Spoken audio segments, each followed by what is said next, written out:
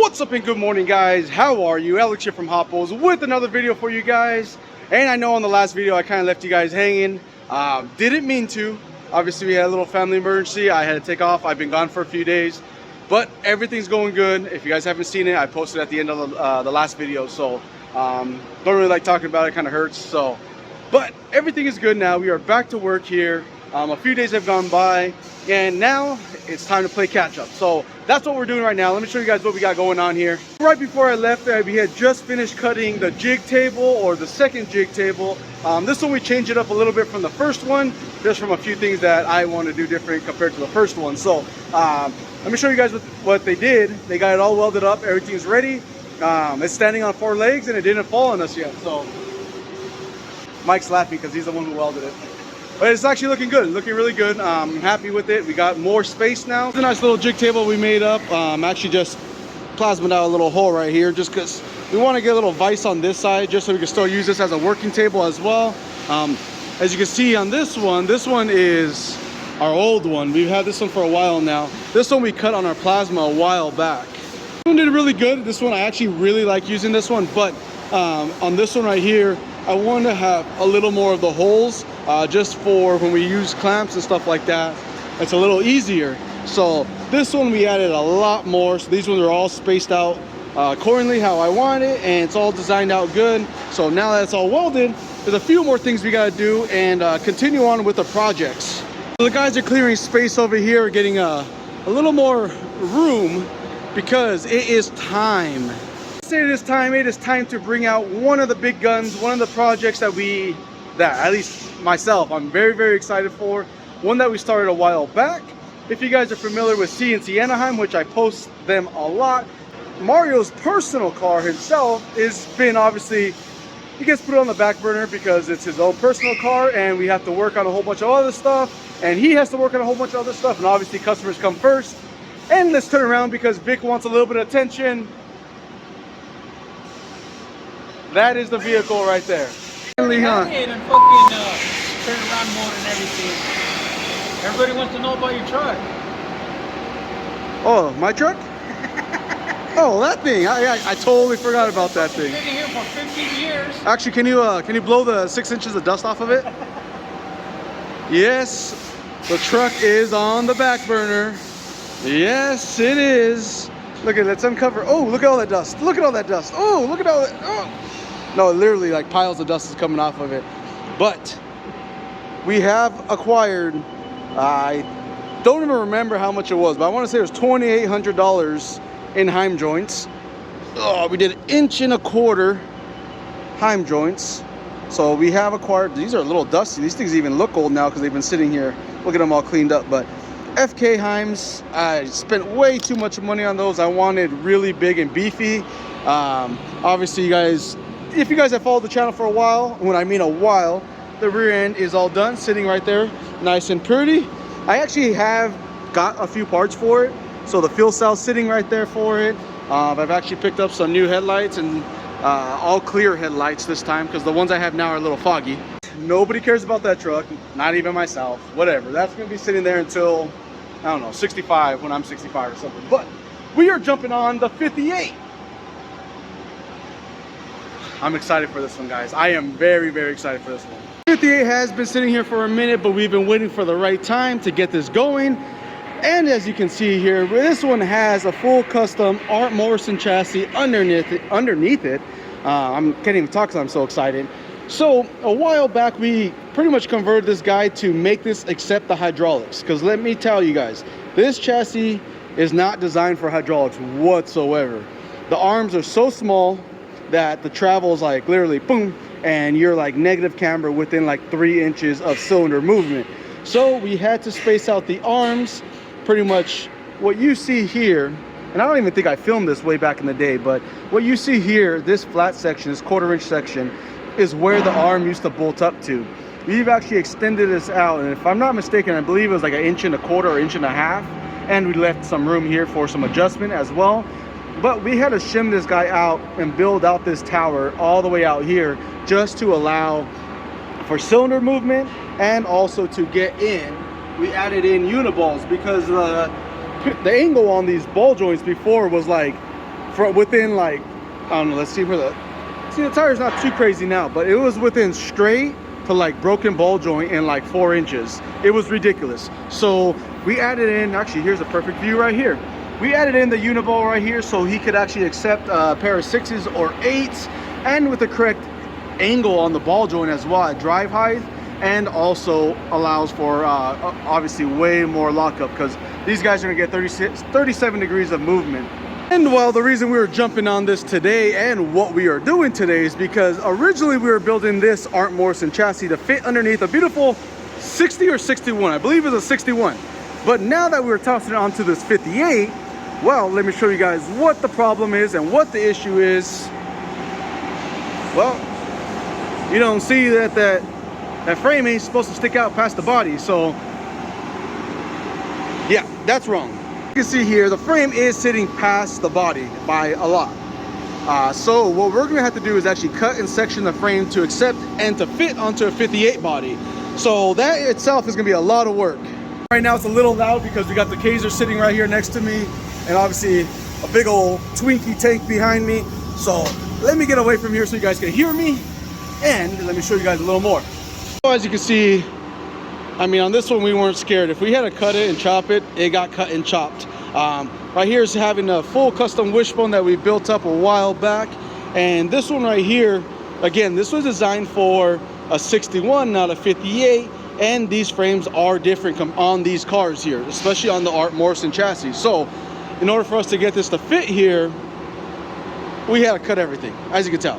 And well, it's pretty much gonna end up with a lot of holes in this car. And the best part about it is all you OG guys are like probably cringing because I'm gonna cut it.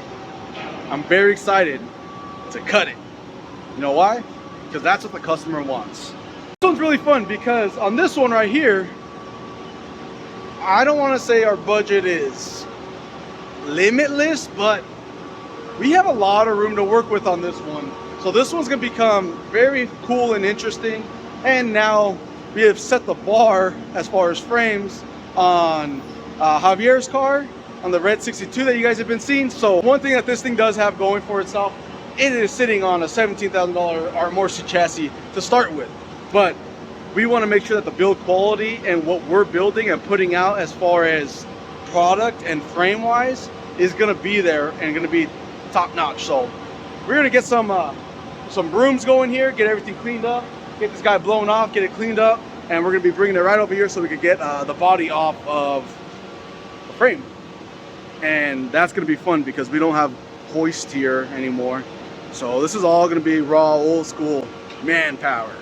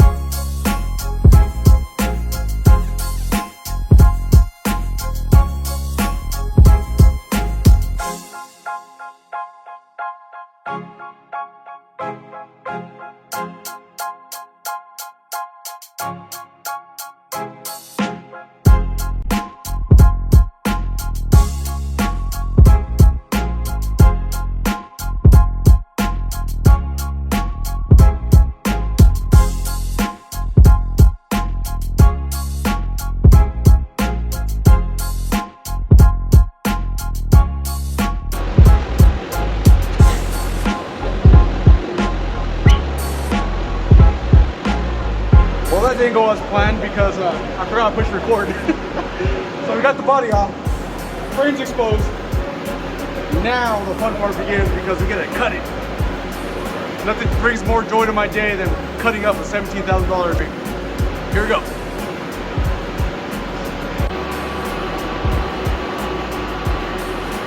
So first things first, we're gonna get all the rust cleaned off of it first.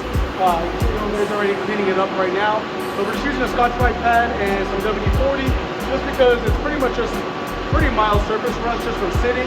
So once that's all cleaned up, it'll give us the ability to weld a lot better and obviously cleaner with no contaminants in the way. Then we're gonna start getting our final measurements in the back, start cutting the frame and grafting it to shrink it down about 4 inches in order for it to fit the 58 body. So with all that being said, I actually called Mario right now, the owner of this 58 and this chassis, and it just happened to be he was on his way over here anyway to pay a visit to us. So it just happens to be that we'll ask him and get some final details on how crazy he wants to go with this, because at this point I'm not sure if he wants to just leave it like this or go crazy. I kind of have a feeling I kind of know Mario. I think he wants to go crazy. So yeah, let's get to it. We're gonna get cleaning and start cutting.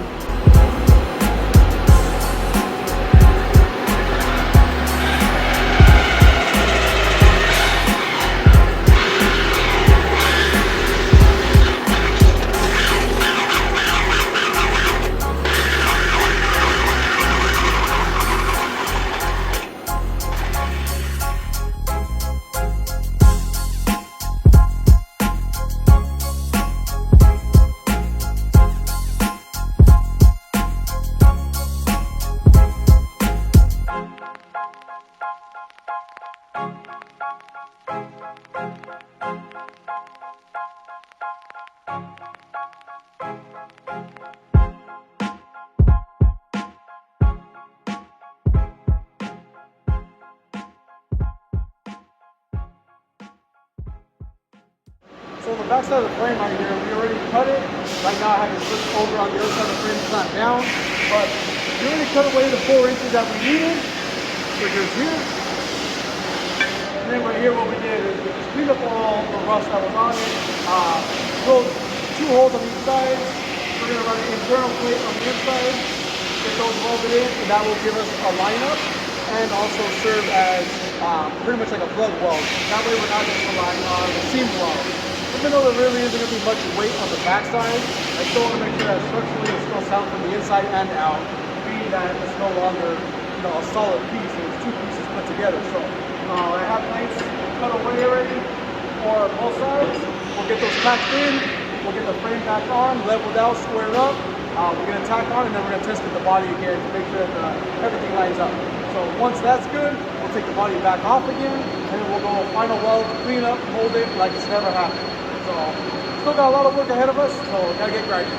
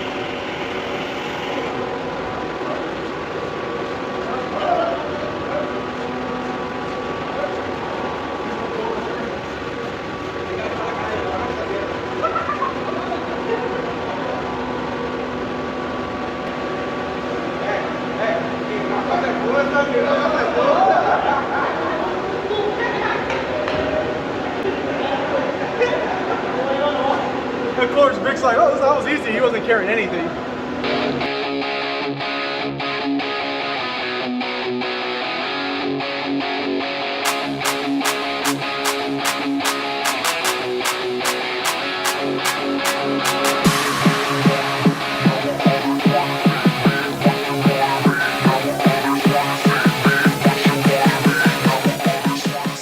So we got pretty much everything welded up, grinded, molded, and cleaned up, and test fitted, and taken back off. So we're actually making really good progress today.